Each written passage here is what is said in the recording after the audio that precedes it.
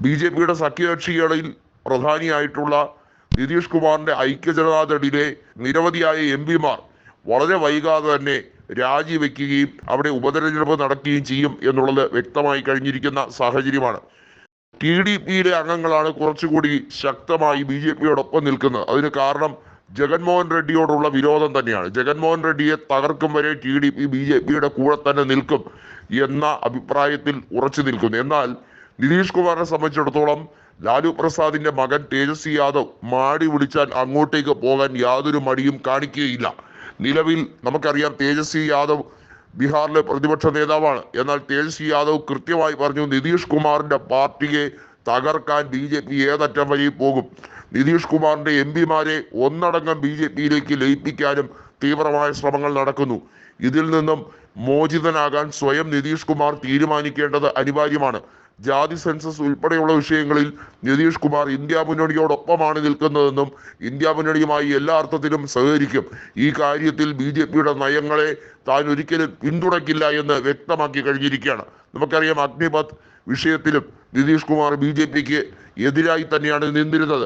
നിരവധിയായ വിഷയങ്ങളിൽ BJPയും അതുപോലെ ഐക്യജനതാദളും വിഭിന്ന അഭിപ്രായമാണ് ഇപ്പോഴും സംസ്ഥാന തലത്തിൽ നടത്തിക്കൊണ്ടിരിക്കുന്നത്. ഇതെവിടെ ചെന്ന് അവസാനിക്കും എന്ന കാര്യത്തിൽ BJPക്ക് നല്ല രീതിയിൽ സംശയമുണ്ട്. താൽക്കാലികമായി മാത്രമാണ് അധികാരത്തിൽ മുന്നേറുന്നത്. എന്നാൽ ആ മുന്നേറ്റം എവിടെ വെച്ച് നിലയ്ക്കും എന്നുള്ള കാര്യത്തിൽ BJPക്ക് വലിയ ആശയക്കുഴപ്പമുണ്ട്.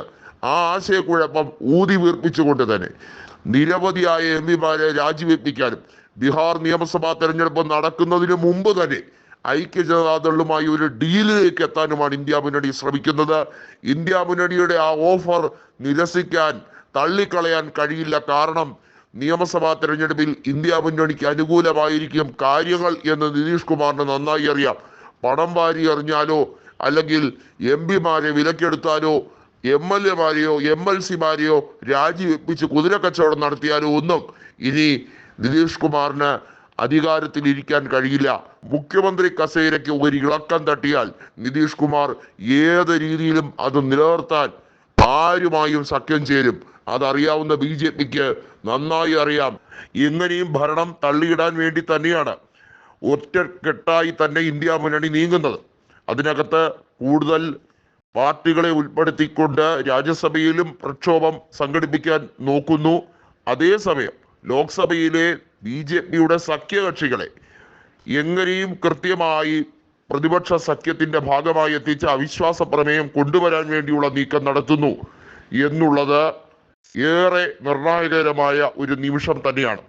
ലോക്സഭയിൽ ഡെപ്യൂട്ടി സ്പീക്കർ പദവി ചോദിച്ച കോൺഗ്രസിന് അത് നൽകാതിരിക്കാൻ വേണ്ടി പരമാവധി പരിശ്രമിക്കുന്ന നരേന്ദ്രമോദിക്കും ക്യാബിനറ്റിനും കൃത്യമായ പ്രഹരം നൽകുക എന്ന ലക്ഷ്യമാണ് കോൺഗ്രസ് നൽകുന്നത്. അതായത് കോൺഗ്രസ് ഇനി ലക്ഷ്യം വയ്ക്കുന്നത് അധികാരം മാത്രമാണ്, അതല്ലാതെ പ്രതിപക്ഷത്തിരിക്കാൻ അല്ല. തിരുത്തൽ ശക്തിയായി ശക്തമായ പ്രതിപക്ഷത്ത് ഉണ്ടാകും എന്ന ഒരു ഡയലോഗായിരുന്നു ആദ്യം രാഹുൽ ഗാന്ധി പറഞ്ഞതെങ്കിൽ അത് കേട്ട് വിശ്വസിച്ച് മണ്ടന്മാരെ പോലെ ഇരിക്കുകയാണ് ഇവിടെ മന്ത്രിസഭയിലെ മുഴുവൻ അംഗങ്ങളും എന്ന് തന്നെയാണ് കോൺഗ്രസ് നേതൃത്വം ഇപ്പോൾ മനസ്സിലാക്കിയിരിക്കുന്നത്.